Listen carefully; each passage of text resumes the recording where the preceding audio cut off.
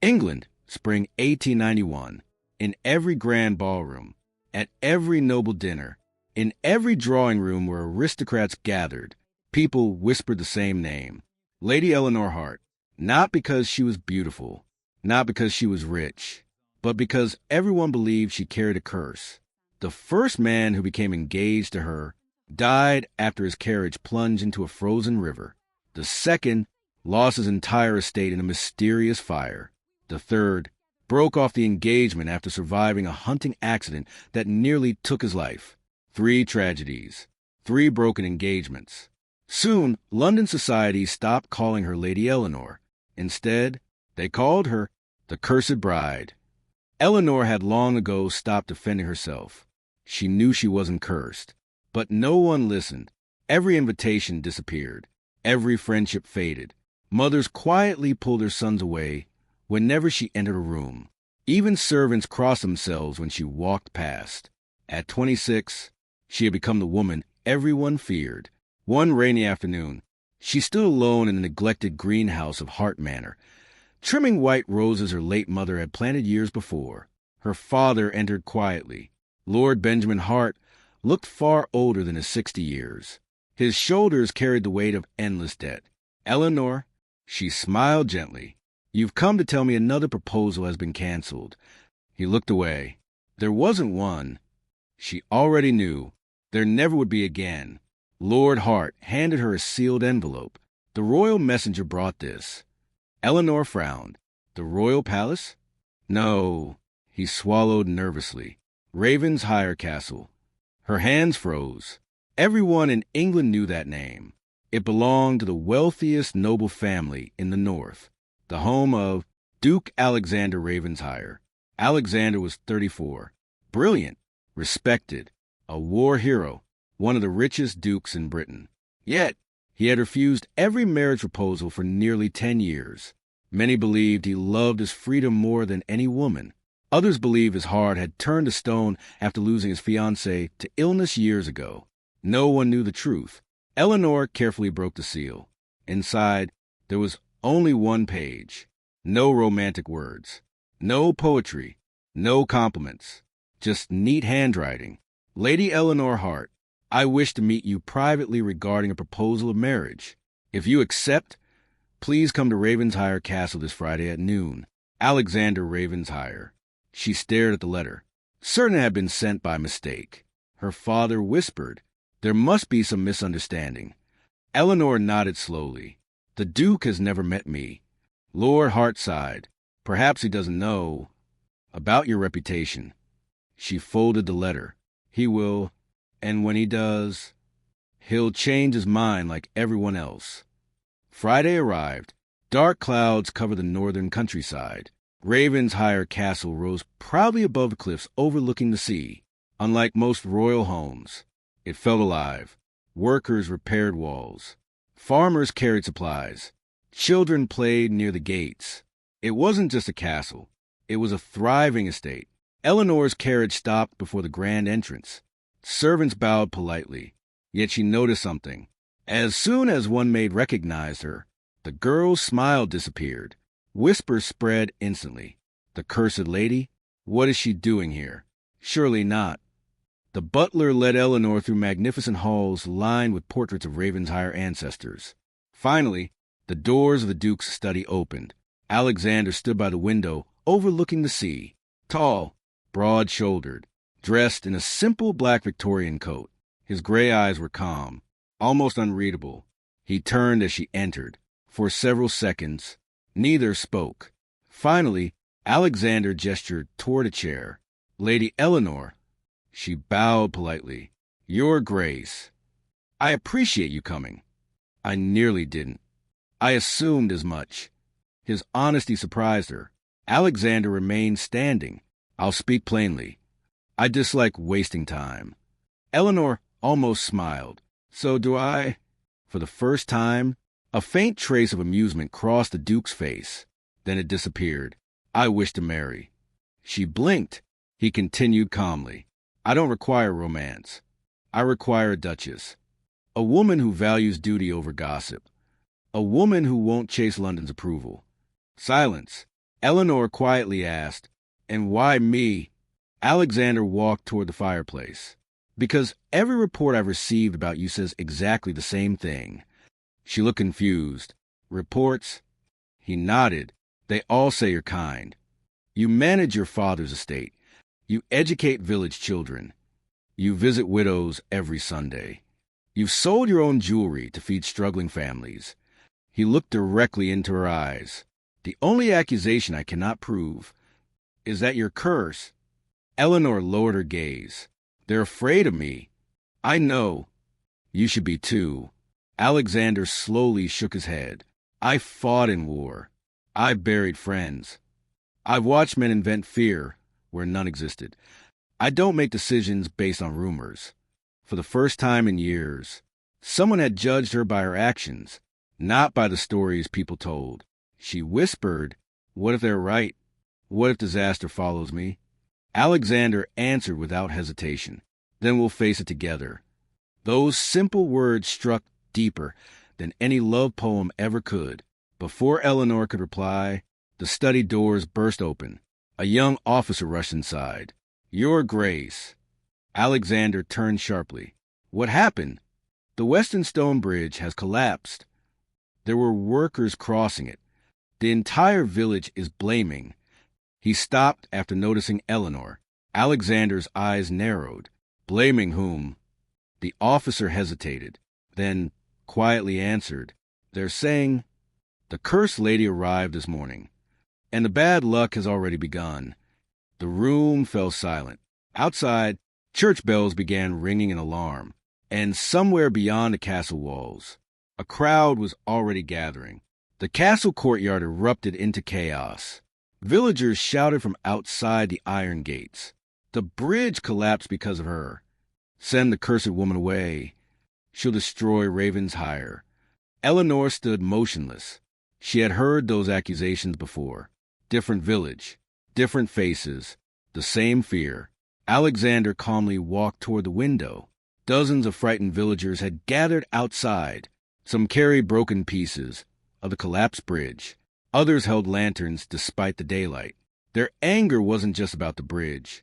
They needed someone to blame, and Eleanor had become the easiest target. The captain of the guards entered.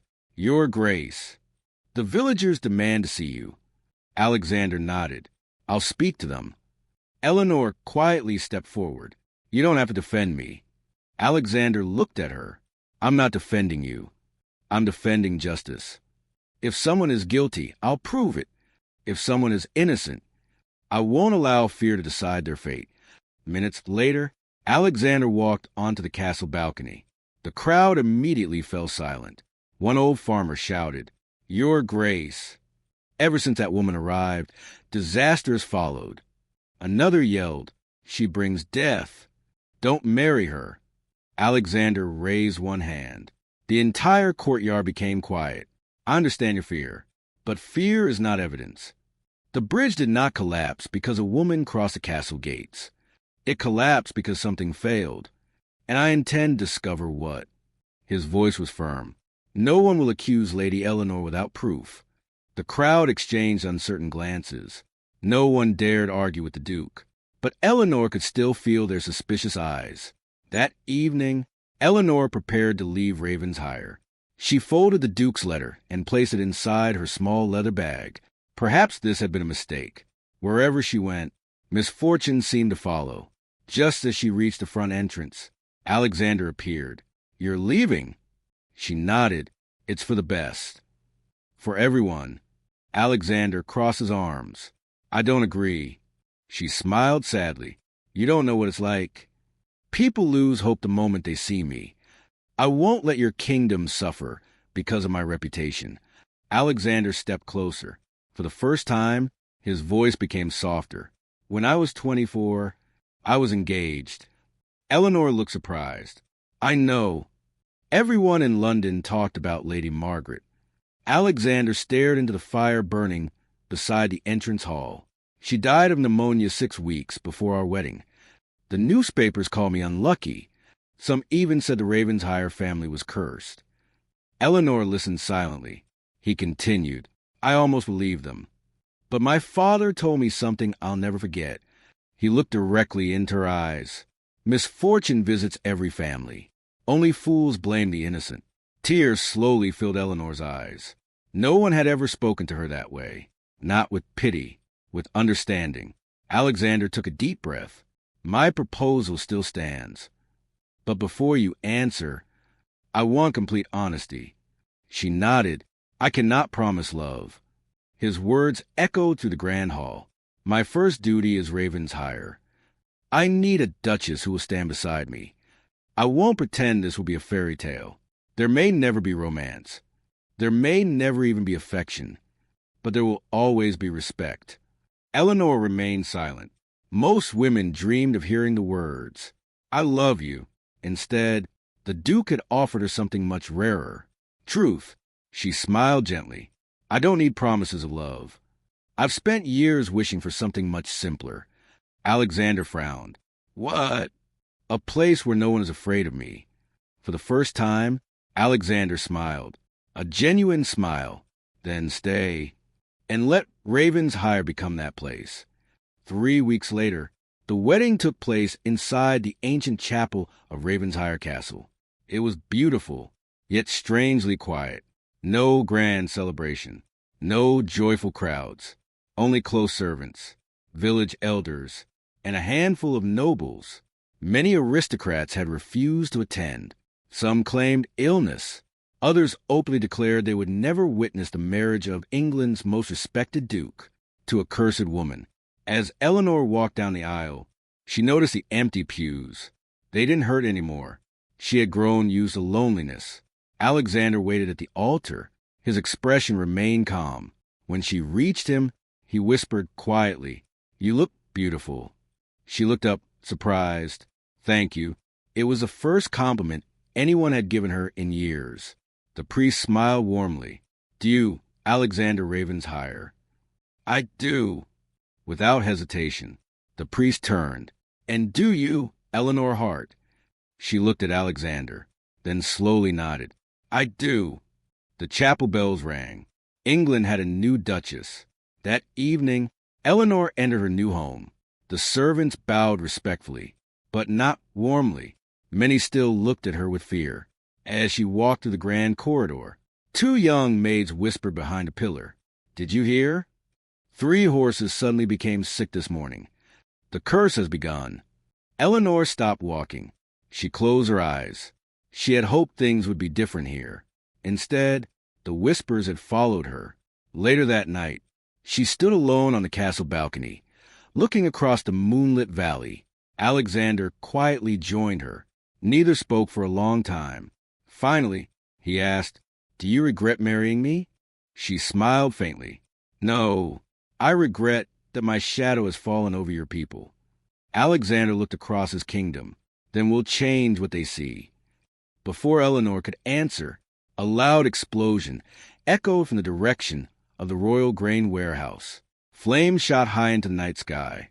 A terrified guard came running. Your Grace, the main grain store is burning. If we lose it, the entire kingdom could face starvation before winter. Alexander's expression hardened. Eleanor stared at the fire in the distance. The whispers she had heard only hours earlier echoed in her mind. The curse has begun. But this time, she wasn't going to run. The fire painted the night sky crimson. Servants rushed toward the burning grain warehouse with buckets of water. The church bells rang without stopping. Smoke drifted across Ravensshire Castle. Alexander immediately mounted his horse. Send every available man to the warehouse. Protect the grain before the roof collapses. The guards hurried to obey. Eleanor stood in the courtyard. Everyone around her was running, except no one asked her to help. No one even looked at her. Instead, she heard the whispers again. The Duchess arrived. First the bridge. Now the grain. The curse is real. She lowered her eyes.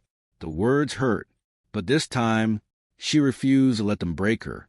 At the burning warehouse, Alexander directed the rescue.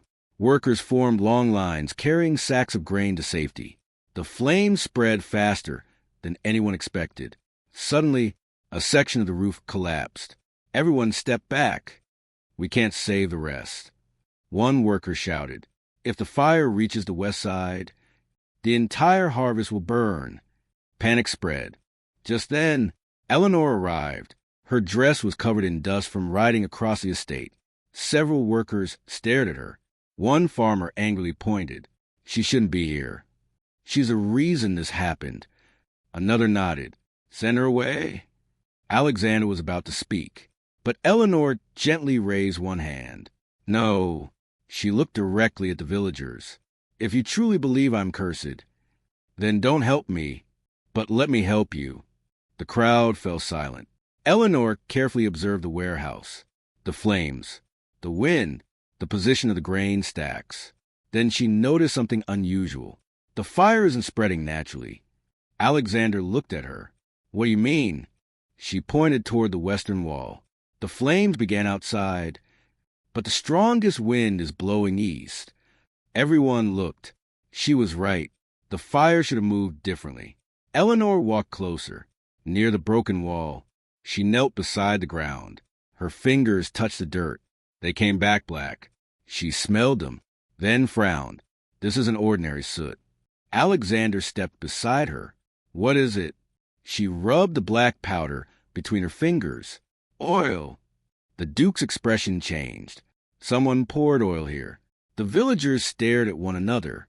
Silence spread through the crowd. Alexander immediately ordered, search the entire warehouse.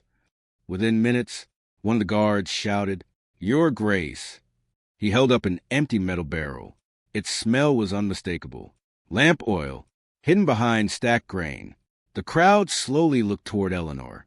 For the first time, no one blamed her. Instead, they looked confused. If the fire had been started deliberately, then perhaps she wasn't cursed after all. The flames were finally extinguished before dawn. Nearly half the harvest had been saved. The workers cheered. Alexander walked toward Eleanor. You saved our food supply. She smiled softly. I only noticed what everyone else was too frightened to see. Alexander looked at her for a long moment. Perhaps he had underestimated her. The next morning, news spread across Ravensshire. The Duchess had discovered evidence of arson. Some villagers began questioning the old rumors. Others refused to change their minds. A curse can still start fire. Maybe she attracted evil. Fear was difficult to erase. Later that afternoon, Eleanor visited the nearby farming village, not as a duchess, but simply as Eleanor. She noticed something troubling. The irrigation canals were nearly dry. Several farmers argued over the little water that remained. One elderly woman sighed. If summer is hotter than usual, our crops won't survive. Eleanor quietly asked, Has the canal always been this shallow? The farmer shook his head. No, it became worse this year. She looked carefully at the flowing water, then at the nearby hills. A thoughtful smile appeared. I think the problem could be fixed. The farmers laughed politely. My lady, we've lived here our whole lives. If there were a solution, we would have found it. Eleanor simply smiled. Perhaps, but sometimes it takes a fresh pair of eyes. Back at the castle, Alexander entered his study. His steward was waiting. There is something else, Your Grace. What is it? The Western Bridge. The engineers inspected the ruins. Alexander looked up, and the steward swallowed nervously. It didn't collapse because of age. It was... He hesitated. Cut. Alexander slowly stood. Cut. The support beams had been sawed through. Silence filled the room. The bridge hadn't failed. The warehouse hadn't caught fire by accident. Someone was attacking Ravensshire, and every crime had been carefully arranged to make it look like the new Duchess brought disaster. At that same moment, far away in a lonely hunting lodge deep inside the forest, a well-dressed nobleman sat before a fireplace. A servant entered and bowed. My lord, the Duchess survived. The man smiled coldly. I expected she would. And the Duke? He trusts her more than before. The man's smile disappeared. He slowly stood. Then, it's time for the next tragedy. He turned toward the window. Moonlight revealed his face for the first time. It was Lord Cedric Ravenshire, Alexander's ambitious cousin, and in his hand he held a detailed map of every bridge, granary, and village belonging to the Ravensshire estate. 3 days passed. The burned warehouse was slowly rebuilt. The broken bridge remained closed. Everywhere Eleanor looked, she saw people working twice as hard just to survive. No one complained, but fear lingered in every face. The villagers still whispered whenever the Duchess walked by. Some greeted her politely. Others quickly turned away. She couldn't blame them. Fear was difficult to erase. One cold morning, Eleanor rode alone to the Weston Farms. Instead of taking servants, she carried only a notebook and a pencil. The farmers watched curiously as the Duchess walked through muddy fields. She knelt beside cracked soil, touched the dry earth, examined the irrigation canals, measured the distance between the river and the crops. After nearly 2 hours, she smiled. "I know why your harvest keeps failing." The farmers exchanged doubtful looks. Old Farmer Hughes folded his arms. "My lady, we've worked this land for 40 years. What could we possibly have missed?" Eleanor pointed toward the hills. "The river isn't too small. The canals are too shallow. The rainwater flows away instead of staying in the fields." One young farmer frowned. "So what should we do?" She quickly sketched a simple design. "Dig 2 deeper channels. Build small stone gates here. And here, the water will spread evenly." The farmers looked at the drawing. It seemed surprisingly simple. Back at Ravensshire Castle, Alexander was reviewing reports with his estate manager. "How many villages have been affected?" "6, Your Grace." "And repairs?" "Far too expensive." Alexander rubbed his forehead. "If another disaster happens, we'll struggle through winter." Just then, the butler entered. "Your Grace." "The Duchess requests 30 workers." Alexander looked up. "For what?" "She says she's rebuilding the irrigation system." The estate manager laughed quietly.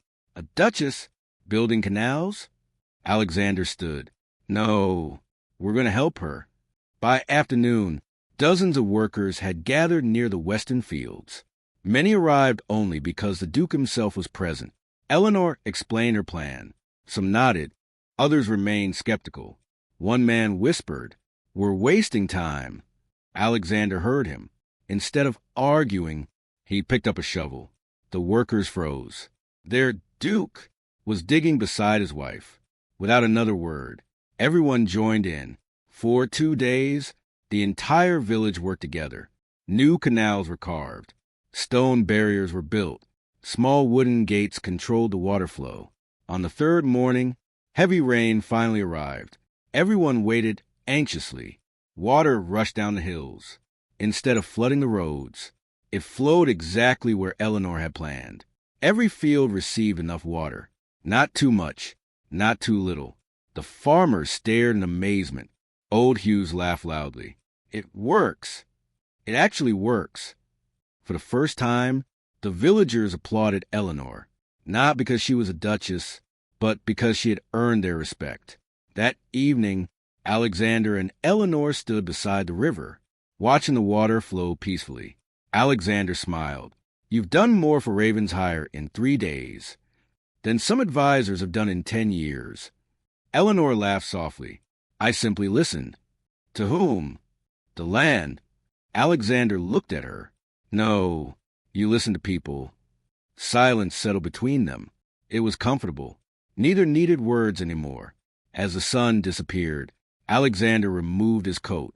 He gently placed it around Eleanor's shoulders. "The wind is getting colder." She looked at him, surprised. "You'll freeze." "I've survived worse." Their eyes met. For the first time, there was something neither of them could ignore. Not duty, not friendship. Something quieter, something growing. At that exact moment, a frightened stable boy came racing toward them. "Your Grace." Alexander turned. "What happened?" "The northern dam. The main floodgate is broken." Eleanor immediately frowned. "It shouldn't. The repairs were completed only last month." The boy shook his head. It didn't break by itself. We found iron tools near the gate. Alexander's expression darkened. Sabotage. If the dam burst, every farm Eleanor had just saved would be washed away before sunrise. Alexander looked toward the distant hills where dark storm clouds gathered, then toward Eleanor. Without hesitation, she said, "We don't have much time. We save the dam tonight." As thunder echoed across Ravenshire, neither of them realized, from the top of a nearby cliff, Lord Cedric was watching everything through a spyglass. He smiled coldly. "So, the villagers are beginning to love her." He folded the spyglass. "Then it's time to make them fear her again." He quietly gave an order to the man standing beside him. "Open the floodgates." Before midnight, lightning split the night sky. Rain poured over Ravensshire Valley as Alexander, Eleanor, and dozens of workers raced toward the northern dam. The river had already begun rising. If the floodgate failed, everything below it would disappear beneath the water. The newly repaired farms, the villages, the bridges, even Ravensshire Castle itself. The workers arrived breathless.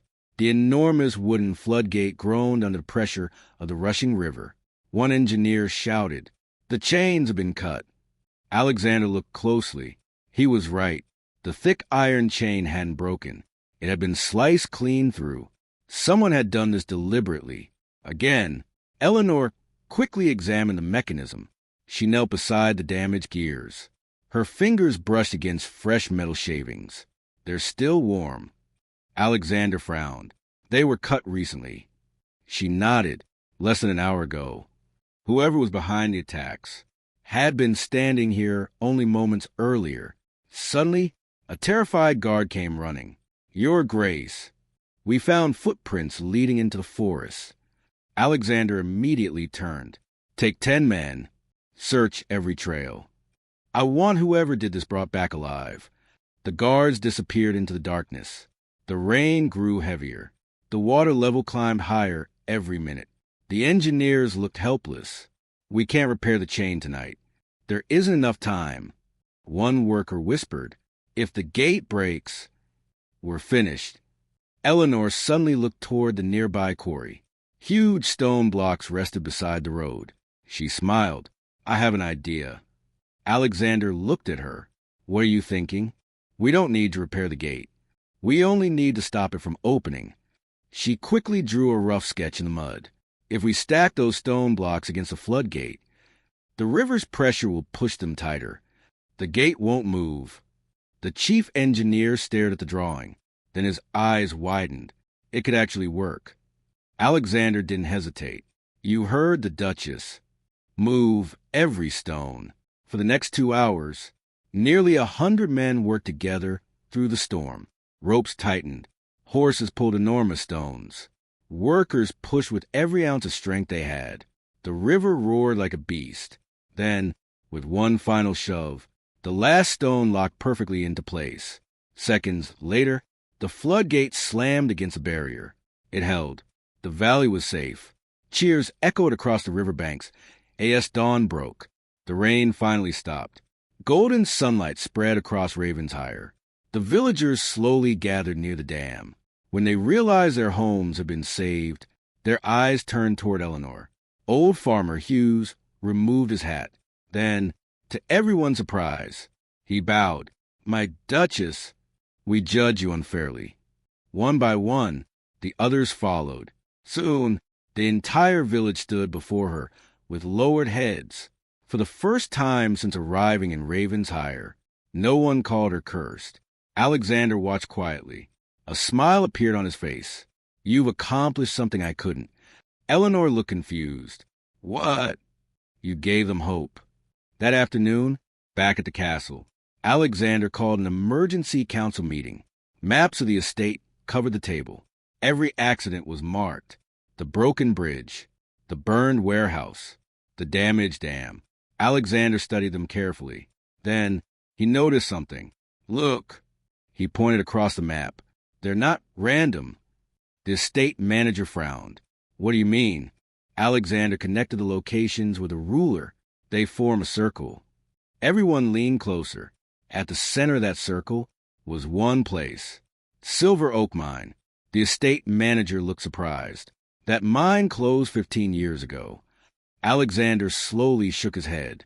No, it was abandoned. There's a difference. Eleanor suddenly remembered something. When I was helping the farmers yesterday, I saw strange wagons entering the forest. They weren't carrying farming supplies. They were carrying heavy wooden crates. Alexander looked at her. Which direction? She pointed to the map. The old mine. Silence filled the room. Everything was beginning to make sense. Someone wasn't simply trying to ruin Raven's hire. Someone wanted everyone distracted, while something important remained hidden inside the abandoned mine. That evening, Alexander and Eleanor rode together towards Silver Oak Forest with a small group of trusted guards. The abandoned mine stood deep among towering pine trees. It looked deserted, but Eleanor noticed fresh horse tracks leading inside. Alexander quietly whispered, "We're not the first visitors." The guards drew their lanterns. The group slowly entered the mine. Deep inside, they discovered dozens of wooden crates. Alexander broke one open. Instead of mining equipment, it was filled with rifles. Another crate held explosives. A third contained military uniforms without royal insignias. Eleanor's face turned pale. This isn't smuggling. Alexander nodded grimly. It's preparation for a rebellion. Just then, a slow clap echoed from the darkness. Lord Cedric stepped into the lantern light, surrounded by armed mercenaries. He smiled confidently. "I was wondering how long it would take before the two of you found my little secret." Alexander instinctively moved in front of Eleanor. Cedric drew his sword. "You're far too late, cousin. By tomorrow morning, Raven's hire will belong to me." The abandoned Silver Oak Mine echoed with silence. Lord Cedric stood confidently before Alexander. Nearly 20 armed mercenaries surrounded the Duke and his guards. Lanterns flickered against the damp stone walls. Cedric smiled as if victory had already been decided. "I must admit, you discovered my operation much sooner than I expected." Alexander kept his sword raised. "You burned my warehouses. You destroyed my bridges. You nearly drowned my villages." Cedric slowly applauded. "And every time, they blamed your wife." He looked toward Eleanor, the cursed Duchess. "I almost believed the rumors myself." Eleanor stared at him. "You murdered innocent people." Cedric shrugged. "Sacrifices. Every kingdom is built upon them." Alexander stepped forward. "Why?" Cedric's smile disappeared. "For 30 years, the Raven's hire title belonged to your father. Then it belonged to you. And what did I receive?" He spread his arms. "Nothing. I fought beside your family. I expanded your lands. I earned every victory. But history remembered only the Duke." Alexander answered calmly. "You wanted the title." Cedric nodded. "I wanted what should have been mine. So I created a kingdom that needed saving. And then I planned to become its hero." One of Cedric's men suddenly lit a fuse. Eleanor's eyes widened. "Alexander, the explosives." Everyone turned. Dozens of barrels of gunpowder surrounded the mine. Cedric laughed. "You finally noticed. If I cannot rule Raven's hire, I'll bury its future beneath this mountain." The burning fuse raced toward the explosives. Without hesitation, Alexander charged forward. His guards followed. Steel clashed against steel. The mine exploded into chaos. Cedric drew his sword. The cousins fought fiercely beneath falling rocks. Alexander blocked one strike. Then another. Cedric attacked relentlessly. "You've always been too honorable." Alexander pushed him backward. "And you've never had any honor." Meanwhile, Eleanor spotted the burning fuse. It was only seconds away from the powder. She grabbed a nearby axe. One mercenary rushed toward her. She swung. The axe struck his sword, knocking it aside. She ran. The burning rope hissed across the ground. Closer, closer, closer. She threw herself forward. With one desperate swing, the axe severed the fuse. The burning flame died only inches from the first barrel. The mine became silent. Everyone froze. Then, a crossbow bolt shot from the darkness. Cedric had hidden one final assassin. The bolt flew directly toward Alexander. There wasn't enough time. "Eleanor!" Alexander shouted, but she had already moved. She stepped in front of him. The bolt struck her shoulder. She cried out and collapsed into Alexander's arms. "No!" His voice echoed through the mine. Something changed inside him. The calm Duke disappeared. Only the man who loved his wife remained. With furious determination, Alexander disarmed Cedric. One powerful strike sent Cedric's sword sliding across the stone floor. The guards immediately surrounded him. Cedric realized it was over. He slowly raised his hands. "You've won. For now." Alexander ignored him. He knelt beside Eleanor. Blood stained her green dress. She smiled weakly. "You should have moved." He gently held her face. "No, you should have." She laughed softly despite the pain. "I couldn't. You still have a kingdom to protect." Alexander's voice trembled. "I don't care about the kingdom. I care about you." Eleanor looked into his eyes. For the first time, there was no duty, no responsibility, only love. He took her hand tightly. "I lied to you." She whispered. "About what?" "The day we married. I said I couldn't promise love." He smiled sadly. "I was wrong. I've loved you since the day you walked into Ravenshire Castle." Tears filled Eleanor's eyes. "You chose me when everyone else believed I was cursed." Alexander gently brushed a tear from her cheek. "They were wrong. You never brought bad luck. You brought hope." Outside, the royal guards finally arrived. Cedric and his mercenaries were arrested. The hidden weapons were seized. The rebellion had been stopped before it could begin. But Alexander never looked away from Eleanor. He carried her into the carriage himself, holding her hand the entire journey back to Ravenshire Castle. As the carriage disappeared into the morning mist, Cedric looked toward the castle one last time. A cold smile appeared on his face. "You think you've won," he whispered, "but you still don't know who has been funding me." The captain frowned. "What did you say?" Cedric simply laughed. Because somewhere beyond England, someone far more powerful than him was still waiting. A week passed. The people of Ravenshire slowly returned to their normal lives. The bridges were being rebuilt. The fields were green again. The damaged grain warehouse had reopened. For the first time in months, hope had returned. But peace did not last. One cold morning, a royal carriage entered Ravenshire Castle. Its golden banner carried the seal of the British crown. Every servant stopped working. The captain of the guards hurried inside. "Your Grace." A summons from the royal court. Alexander accepted the scroll. His expression darkened as he read it. Eleanor noticed immediately. "What is it?" He handed her the letter. It read, "By the order of Her Majesty's Royal Council, Duke Alexander Ravenshire and Duchess Eleanor Ravenshire are commanded to appear in London immediately. The Duchess Eleanor Hart stands accused of treason, conspiracy against the crown, and aiding Lord Cedric Ravenshire's rebellion." The room fell silent. Thomas's replacement, the young butler James, whispered, "That's impossible." Alexander calmly folded the letter. "Cedric is trying one last time." Eleanor looked at him. He confessed. He did. But someone with influence has kept the accusations alive. 3 days later, their carriage stopped outside Westminster Palace. Hundreds of nobles had gathered. News had spread across England. Many whispered as Eleanor entered.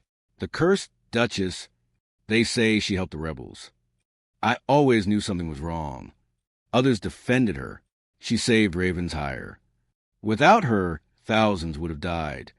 The country itself seemed divided. Inside the royal court, the atmosphere was tense. Judges sat beneath towering stained glass windows. Members of Parliament filled the gallery. At the far end of the hall, the Lord Chancellor struck his staff against the marble floor. "The trial shall begin." The chief prosecutor stood. "Duchess Eleanor Ravenshire, you stand accused of secretly assisting Lord Cedric Ravenshire, He claims that the Duchess helped him move supplies through Ravenshire before betraying him. Gasps spread through the courtroom. Alexander immediately stood. That is a lie. The Chancellor looked toward him. You will speak when permitted, Your Grace. Alexander slowly sat back down, but his eyes never left Eleanor. Cedric was brought into the courtroom in chains. He smiled the moment he saw Eleanor. Good morning, Your Grace. Eleanor remained silent. The prosecutor asked, Lord Cedric, did Duchess Eleanor knowingly assist your rebellion? Cedric nodded confidently. Yes, I couldn't have done it without her. The courtroom erupted into whispers. The prosecutor continued, Do you have proof? Cedric smiled. I do. One of his men carried forward a leather ledger. Inside were lists of supply deliveries, weapons, food, gunpowder. Beside several entries was Eleanor's signature. Alexander frowned. No. He looked carefully. The handwriting resembled Eleanor's, but something felt wrong. The judges examined the ledger. The Lord Chancellor looked toward Eleanor. What do you say in your defense? The entire courtroom became silent. Eleanor slowly stood. She didn't panic. She didn't cry. Instead, she calmly asked, May I see the ledger? Permission was granted. She carefully examined every page. Then she smiled, very slightly. Alexander noticed. She had found something. Eleanor closed the ledger, then addressed the judges. My lords, I have only one question. The Chancellor nodded. Proceed. She turned toward Cedric. You claim I signed these pages personally. I do. You are certain? Cedric laughed. Absolutely. Eleanor quietly removed a fountain pen from her handbag, then placed it on the judge's table. My lords, I have been left-handed since childhood.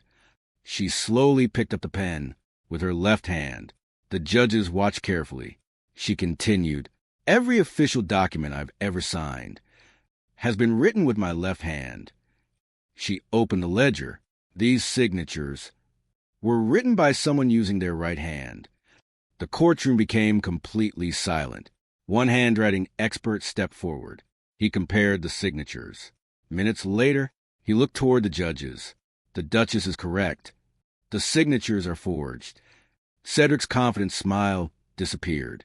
For the first time, fear appeared in his eyes. Alexander slowly stood. My lords, I request permission to present additional evidence. The Chancellor nodded. Alexander signaled toward the courtroom doors. They opened. Dozens of Ravensshire villagers entered.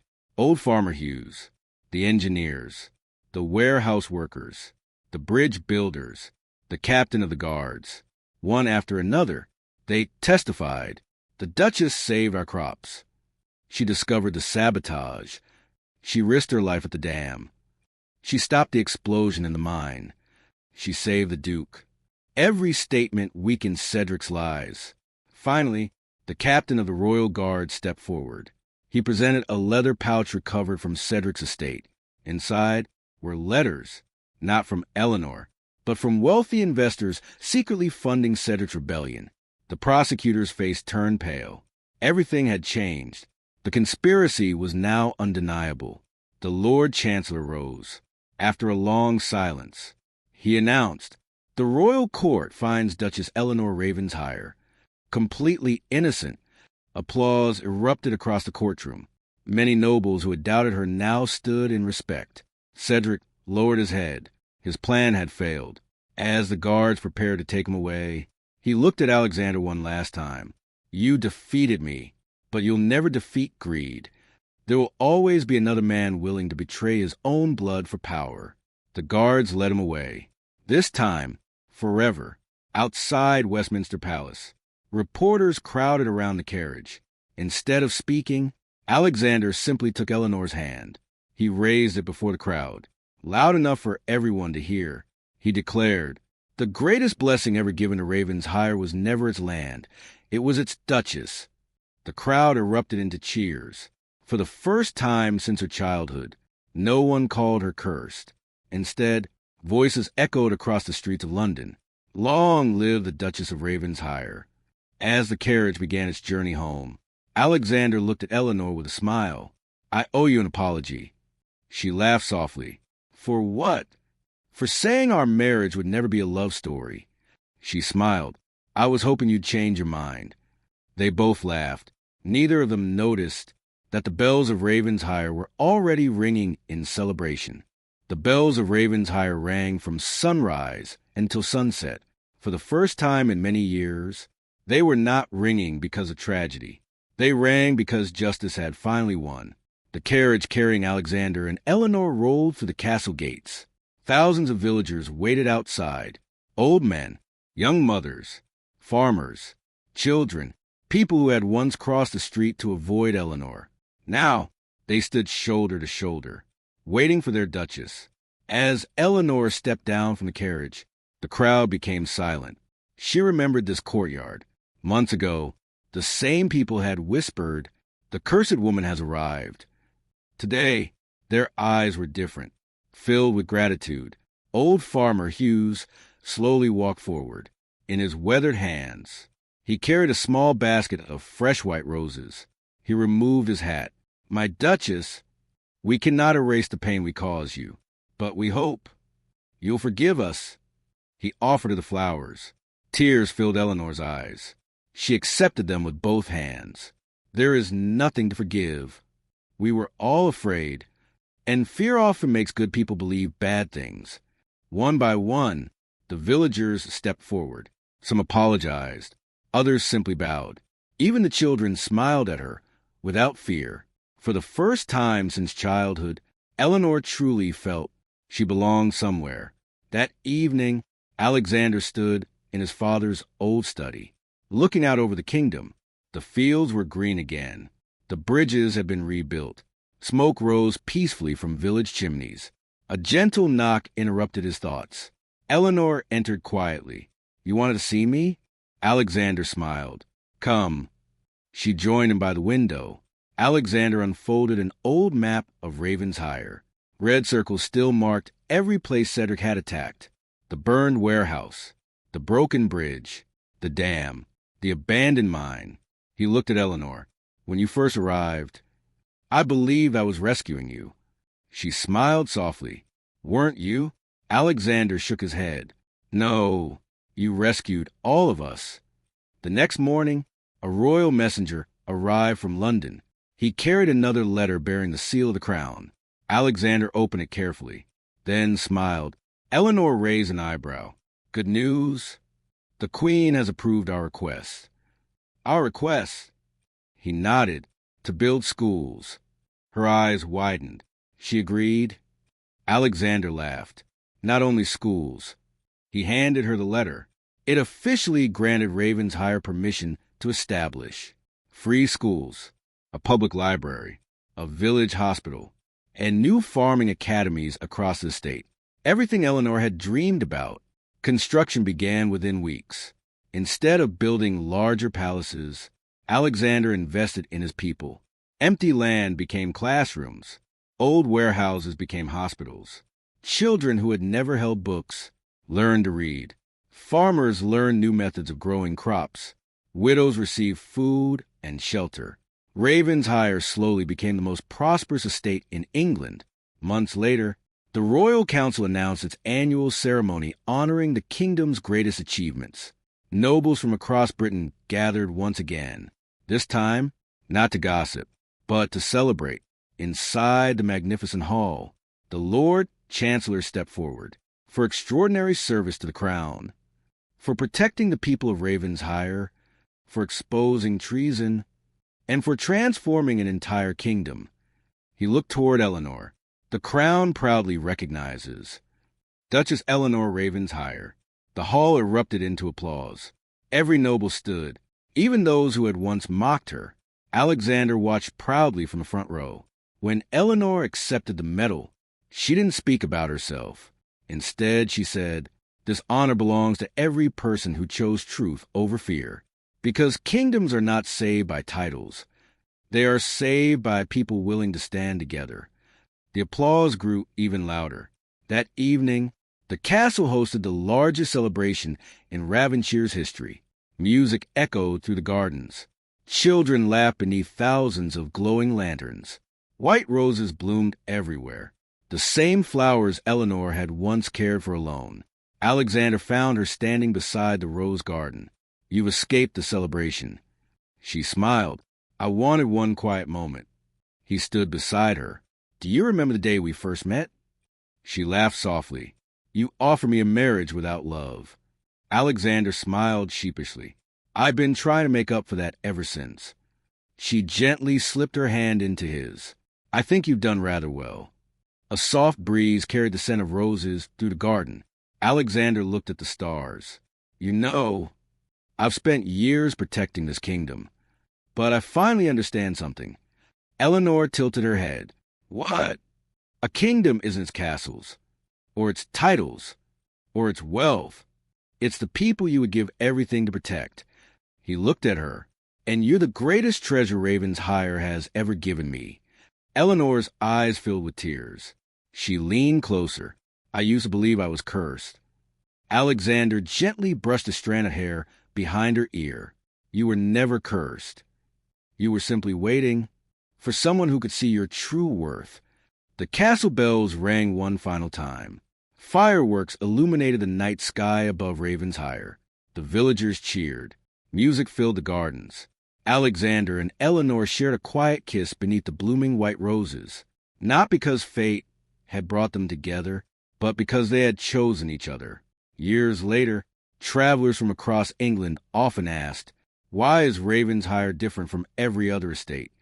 The villagers always smiled before answering, "Because our Duke gave us strength, but our Duchess gave us hope."